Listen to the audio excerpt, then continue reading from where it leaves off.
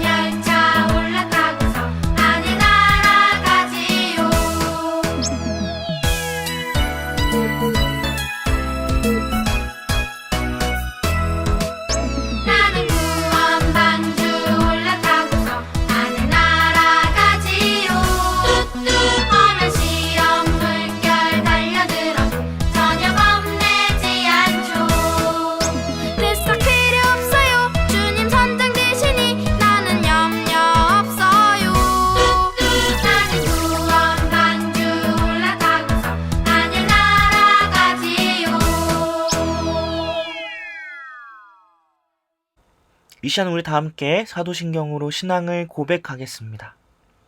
나는 전능하신 아버지 하나님, 천지의 창조주를 믿습니다.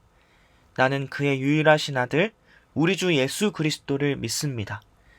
그는 성령으로 잉태되어 동정녀 마리아에게서 나시고 본디오 빌라도에게 고난을 받아 십자가에 못 박혀 죽으시고 장사된 지 4일 만에 죽은 자 가운데서 다시 살아나셨으며 하늘에 오르시어 전능하신 아버지 하나님 우편에 앉아 계시다가 거기로부터 살아있는 자와 죽은 자를 심판하러 오십니다.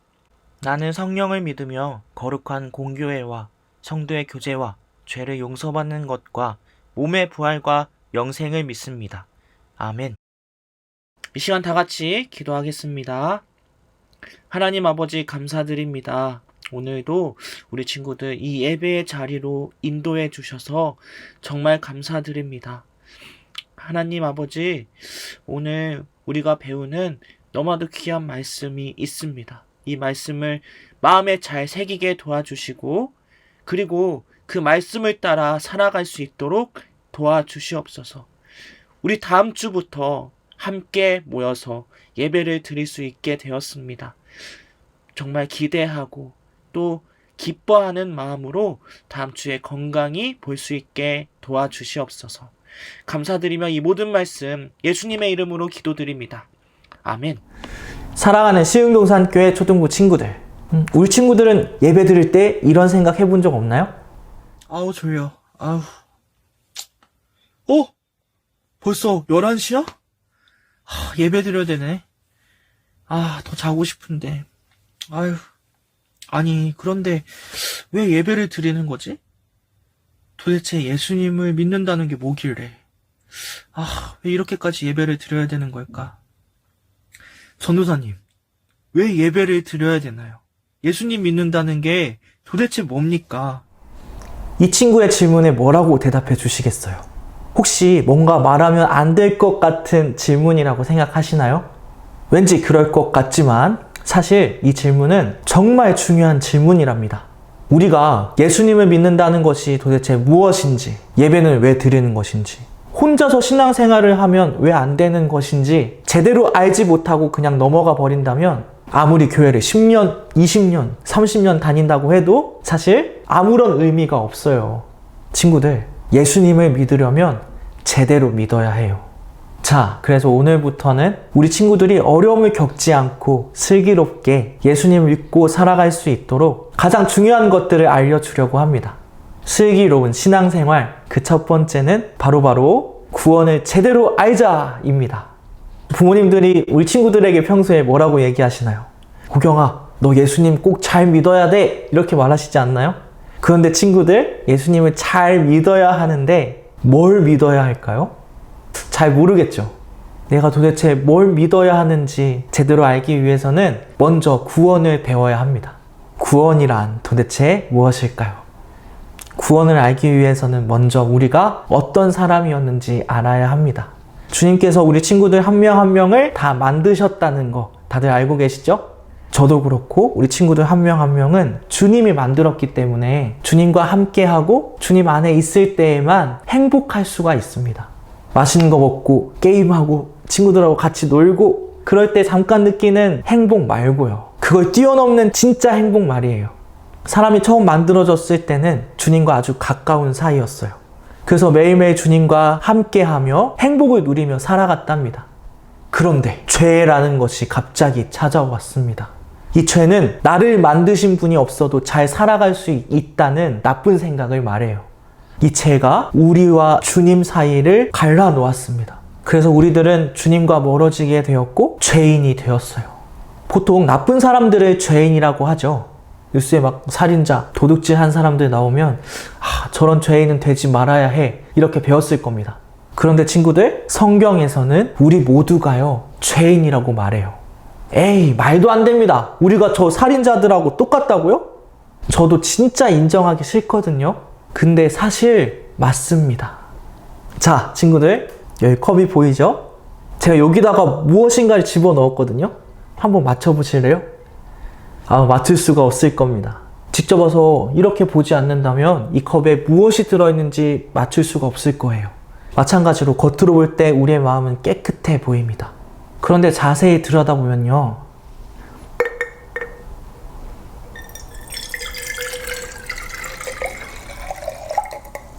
이렇게 아주 새까만 마음들이 많이 있답니다. 누군가를 미워하고 질투하고 사랑하지 못하는 마음들, 이것은 죄 때문에 우리 마음이 더럽혀져서 생긴 거예요. 범죄자들이나 우리들이나 다 이 마음속엔 죄가 가득하답니다. 죄로 인해 주님과 멀어졌기 때문에 우리의 삶은요 아주 심하게 망가져 버렸어요. 마치 고장난 로봇, 교통사고가 난 후에 찌그러진 차처럼 말이죠. 이 죄는 마치 늪 같아요. 우리 친구들, 늪을 본 적이 있나요?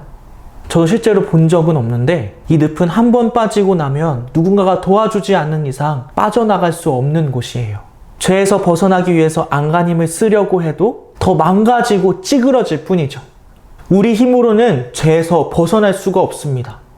그렇다면 도대체 어떻게 해야 망가지고 찌그러진 우리들이 다시 원상태로 돌아갈 수 있을까요? 이 죄의 문제를 어떻게 하면 해결할 수가 있을까요? 자, 여기서 잠깐 친구들, 이 검정색 물을 이렇게 맑은 물로 바꾸기 위해서는 어떻게 해야 할까요? 물을 계속 부으면 바뀔까요? 아니요. 아무리 많은 물을 부어도 여전히 검은색일 거예요. 그렇다면 어떻게 해야 하죠? 이 검정색 물을 완전히 다 버리고 새 물을 받아야 해요. 이렇게 말이죠. 마찬가지로 사람들 마음속에 있는 죄의 문제를 해결하기 위해서는 우리의 마음에 있는 죄를 없애고 이 마음을 완전히 새롭게 바꾸어야 합니다. 죄를 없애고 마음을 새롭게 하기 위해서는 이 죄를 대신 짊어질 어떤 재물이 필요합니다. 이 재물이 나 대신 죄를 짊어지고 죽어야 우리 안에 있는 죄를 없앨 수가 있어요. 그래서 아주 옛날 구약시대에 이스라엘 백성들은 거룩하신 주님께 나아갈 때 내 죄를 대신 짊어질 짐승들을 데리고 갔답니다. 이 재물에는 소도 있었고 양도 있었고 염소도 있었고 새도 있었어요. 제사장들과 레위인들은 이스라엘 백성들의 죄를 짐승에 옮기는 의식을 치르고 이 짐승들을 번제단에 올려놓고 태워버렸습니다. 하지만 친구들, 이 짐승들이 정말 사람의 죄를 대신할 수 있었을까요? 대신할 수가 없었어요. 이 짐승들을 아무리 태우고 또 태운다고 하더라도 이 죄는 여전히 남아있어서 사람들을 망가뜨리고 찌그러뜨렸답니다. 그래서 단 한 번에 영원히 죄를 없앨 수 있는 완전한 제물이 필요했어요. 예수님은요, 스스로 이 제물이 되시기로 결심하셨답니다. 그래서 이 땅에 직접 오셔서 자기의 목숨을 내놓고 십자가에 달려 돌아가셨어요. 아무런 죄가 없으신 분이신데도 우리를 살리시려고 죄를 다 짊어지시고 우리 대신 죽으셨답니다. 그래서 우리는요, 이제 더 이상 망가진 채로 살아가지 않아도 돼요. 내 죄의 문제를 해결하시기 위해서 예수님께서 십자가에 달려 돌아가시고 부활하셨다는 이 사실을 믿는다면 우리는 이제 죄의 늪에서 빠져나와서 죄에서 벗어날 수 있게 돼요. 예수님 덕분에 새로운 살아갈 길이 열린 겁니다. 얼마나 감사한지 모릅니다. 친구들, 이것이 바로 우리가 그렇게 지겹게 들은 구원입니다. 구원은 예수님이 이 검은 물을 다 뒤집어 쓰셔서 우리를 이렇게 맑은 물로 바꾸신 사건이죠. 우리 또 구원에 대해서 주님께서 어떻게 말씀하시고 계시는지 함께 읽어볼까요? 에베소서 2장 8절 말씀. 너희는 그 은혜에 의하여 믿음으로 말미암아 구원을 받았으니 이것은 너희에게서 난 것이 아니요 하나님의 선물이라. 구원은요, 주님께서 우리에게 주신 너무나 귀한 선물이에요. 우리가 잘나서, 우리가 뛰어나서 받은 선물이 아닙니다. 그저 우리를 너무나 사랑하셔서 주신 선물이에요. 이 선물은 돈으로 절대로 바꿀 수도 없고요. 세상에 그 어떤 것을 준다고 해도 바꿀 수 없는 너무나 귀한 선물입니다. 그러니 구원을 받은 우리 친구들은 이 선물을 주신 주님께 늘 감사하는 삶을 살아가야 합니다. 그동안 내가 내 인생의 주인이었다면 이제는 예수님께서 내 인생의 주인이라는 것을 믿고 살아가야 해요. 오늘 구원에 대해서 살펴봤는데 어떤가요, 친구들?